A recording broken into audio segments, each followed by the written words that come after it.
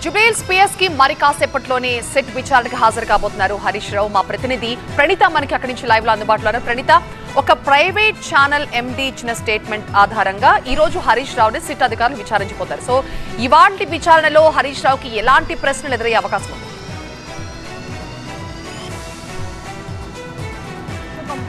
Private channel ఇచ్చినటువంటి MD statement ఆధారంగానే ఈరోజు హరీష్ రావును సిట్ ప్రశ్నించనుంది.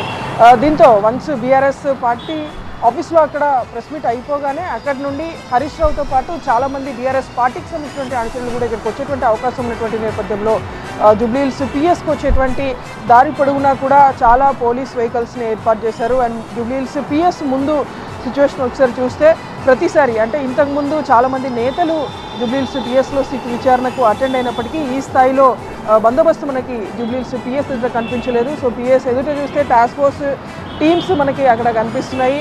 సో జూబ్లీహిల్స్ పిఎస్కి వచ్చేటువంటి రోడ్డు అటు చెక్ పోస్ట్ నుండి వచ్చేటువంటి దారి పొడవునా కూడా ఈ తరహాలో పోలీస్ వెహికల్స్ ఎక్కడికక్కడ ఏర్పాటు చేసి ఉంచారు.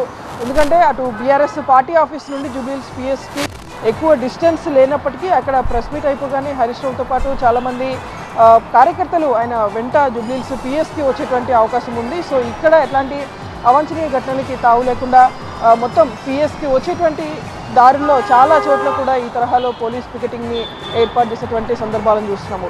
అయితే మొదటిసారి బీఆర్ఎస్కి సంబంధించినటువంటి పెద్ద నేత ఫస్ట్ టైం సిట్ విచారణని ఎదుర్కోబోతున్నటువంటి నేపథ్యంలో ఒక హై డ్రామా అయితే జూబ్లీహిల్స్ పిఎస్ పరిసరాల్లో చోటు చేసుకున్నటువంటి అవకాశం ఉంది. సో వన్స్ బీఆర్ఎస్ పార్టీ ఆఫీస్లో వాళ్ళు ప్రెస్ మీట్ పెట్టి ఏం మాట్లాడుతున్నటువంటి కూడా ఇప్పుడు కీలకంగా మారింది.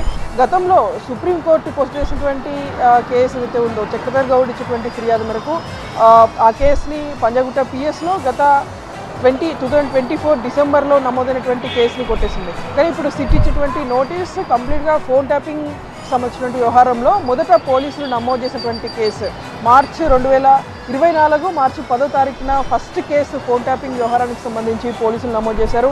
ఆ కేసులోనే విచారించనున్నట్టుగా కూడా నోటీసులో కూడా చాలా స్పష్టంగా పేర్కొన్నారు. అండ్ ఇచ్చినటువంటి నోటీస్ కూడా సిఆర్పిసి 160 ప్రకారం ఉంది కాబట్టి ఈరోజు కంప్లీట్గా హరీష్ రావు స్టేట్మెంట్ని రికార్డ్ చేసేటువంటి అవకాశం ఉంటుంది. సో ఆయన స్టేట్మెంట్ ఇచ్చిన తర్వాత ఫర్దర్గా మళ్ళీ నోటీసులు ఇచ్చి ఆయనని విచారిస్తారా అనేటువంటిది కూడా చూడాల్సింది. సో ఈరోజు విచారణకు సంబంధించి మాత్రం ఒకవైపు పోలీసులు ఇన్వెస్టిగేషన్కి సంబంధించి ఆల్రెడీ క్వశ్చన్ అంతా కూడా ప్రిపేర్ చేశారు. అండ్ సేమ్ టైం బయట జరిగేటువంటి కాన్సిక్వెన్సెస్ని కూడా ఫేస్ చేసేందుకు అటు పోలీస్ డిపార్ట్మెంట్ నుండి అయితే అన్ని వింగ్స్ కూడా రెడీ చేసి ఉన్నారు. రైట్ ప్రణీత.